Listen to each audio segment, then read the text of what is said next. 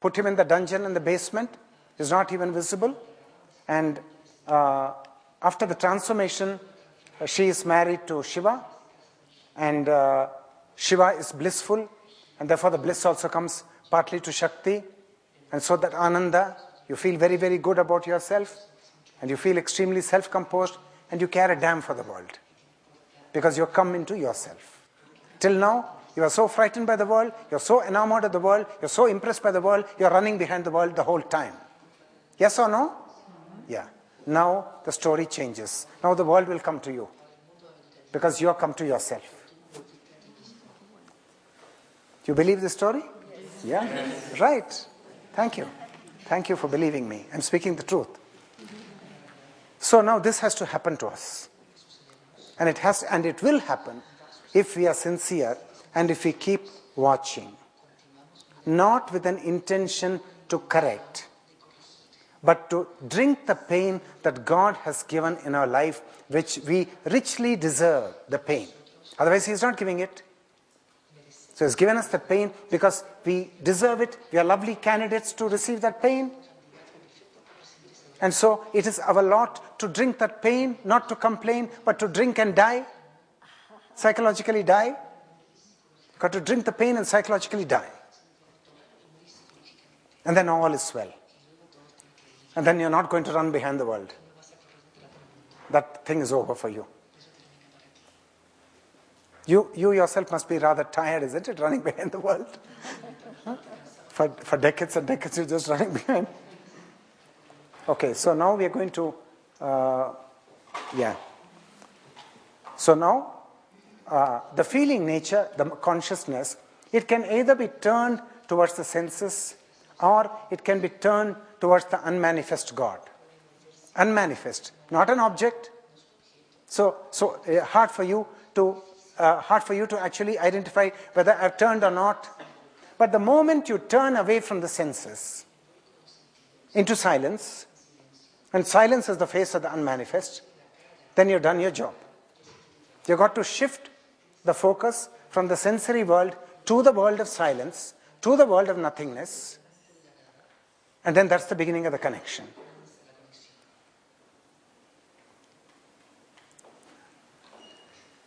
So, shall we do this meditation now? Yeah. Yeah.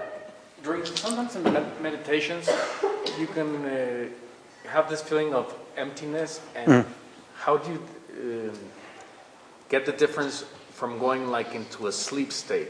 How to balance that and not... By trial and error. By trial and error. You can slip into sleep also. It can slip into tamas. That can happen.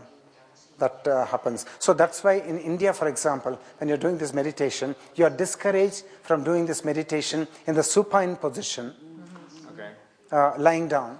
Yes. You are asked to sit in Padmasana, and the body is erect, and the spine has to be erect so that blood will flow to the brain. The spine has to be erect. And so there are some recommendations how to prevent falling asleep. And you've got to maintain that breath awareness. And keep watching everything. Never correct anything. Never correct. And if you're the lucky people are the ones who are actually fighting with themselves. They are my bosom friends. You're fighting? Oh, lovely. Sandra Morphin is my bosom friend. Now, because you people have a chance. Because by watching, this whole effort to change yourself and to be something else must stop. That's what will happen. That is what will happen. So got to do it diligently, not for a reward, not expecting that something great is going to happen to you. No, then you're finished. And that's another trick of the mind. I wanted to ask you, you said to live the pain. How do you let the pain die, or how do you die in the pain? Or how? Yeah, because the pain is intended to kill. You've got many sense of self, many different kinds of sense of self. Now the pain has actually hurt and bruised one sense of self.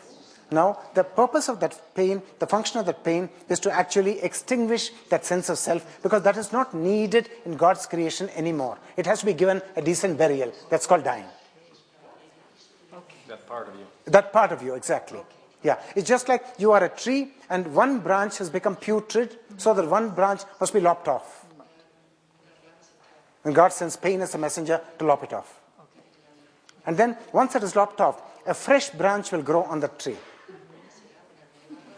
It will grow, yeah. This is the process of life. Or 2 or 3 branches will come out. Yeah. How can I distinct the real pain Uh-huh. from the one created by me?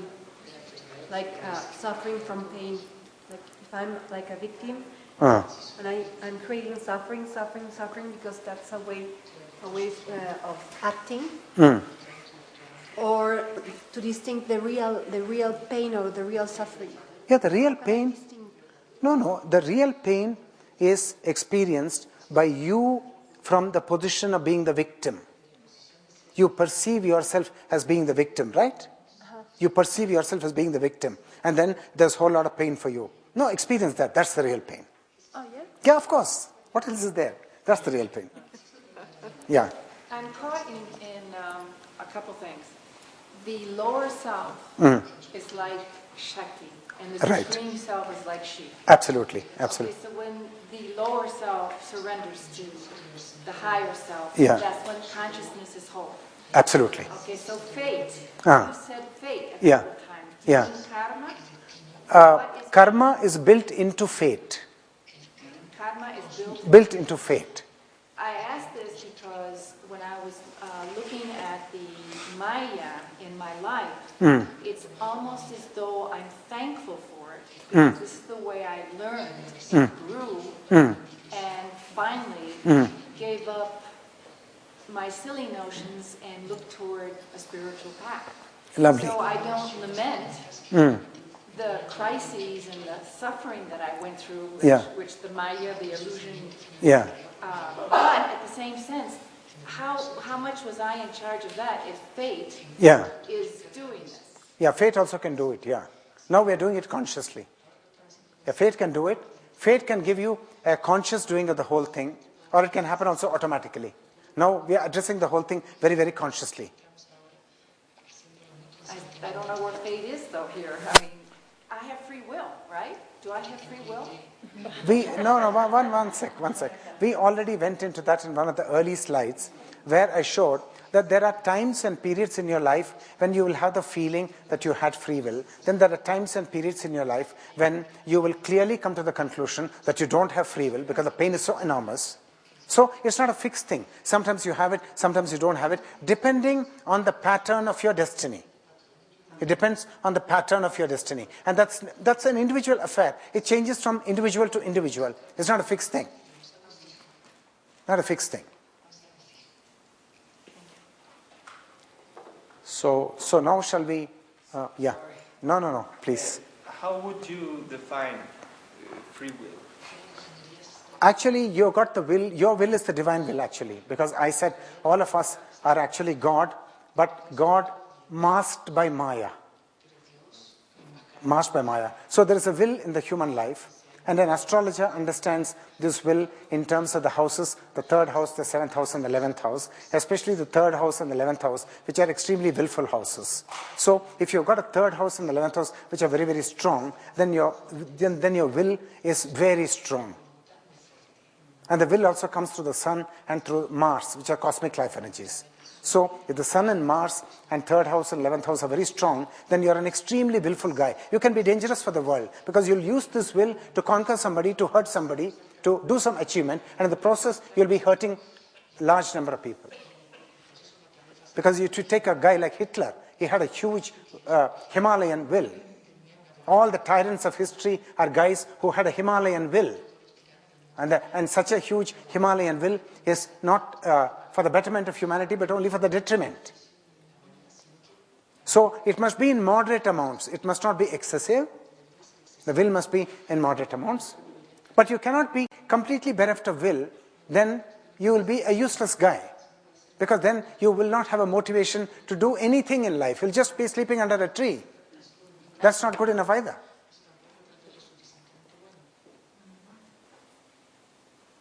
So now clear?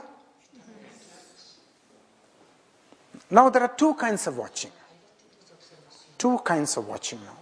One is the people who are a little bit past 50 and so on. You have spent about 5 decades in this life.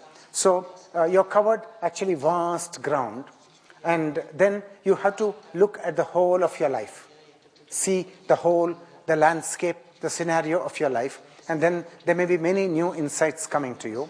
And then there may be individual incidents, crises, like tremendous humiliation, somebody just discarding you, and you pinned all your hopes on that person.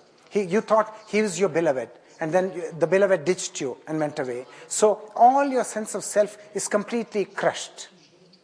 Now, these people are lovely, who have something like that going in your life. Now, start watching that. Not the whole of your life, a particular incident. Start watching. Don't try to change anything.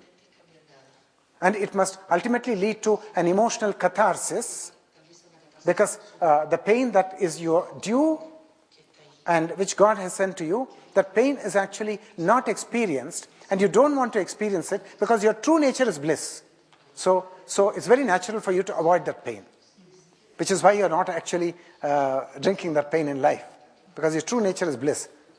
So from your point of view, you will be saying, who the hell wants to experience that pain? I'm not interested. But I'm saying that it will do us a lot of good to drink that bottle of pain, because it's God sent. God has sent it to us. And as we keep watching, sooner or later, and I'm saying you've got to watch for years. Don't be disappointed. Think of the whole of your life. You think tomorrow evening you're meeting God for tea at a hotel here? No, it's not that easy. No. This is a lifelong journey.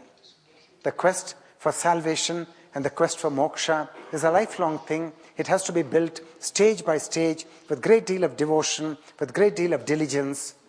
And all that will happen if you build that spiritual life with your sadhana, of being observant, being not critical, and drinking that pain which is your due, which is according to your karma, very well deserved. That pain is extremely well deserved, as much as the pleasure is well deserved. So now, please go into it. There will be a chant which is going on in the background, and just see for yourself whether you want to survey the whole landscape of your life, or there's a particular incident which is calling attention because it's bristling with pain, a particular incident, a particular humiliation. So pay attention to that and ask it to tell its story to you. It has to unburden itself. It has to tell its story to you. And you, as Shiva, will just listen. And you will see a particular part of Shakti, and the Shakti also is in the body. The whole body may go into a weeping also. A very natural process of an emotional discharge. Because that pain which God sent was not actually allowed to do its natural function. It was put aside. Because man has got so much of power, he can just put it aside. So now we begin it, right? Okay, ready for it? Yes. Okay, thank you.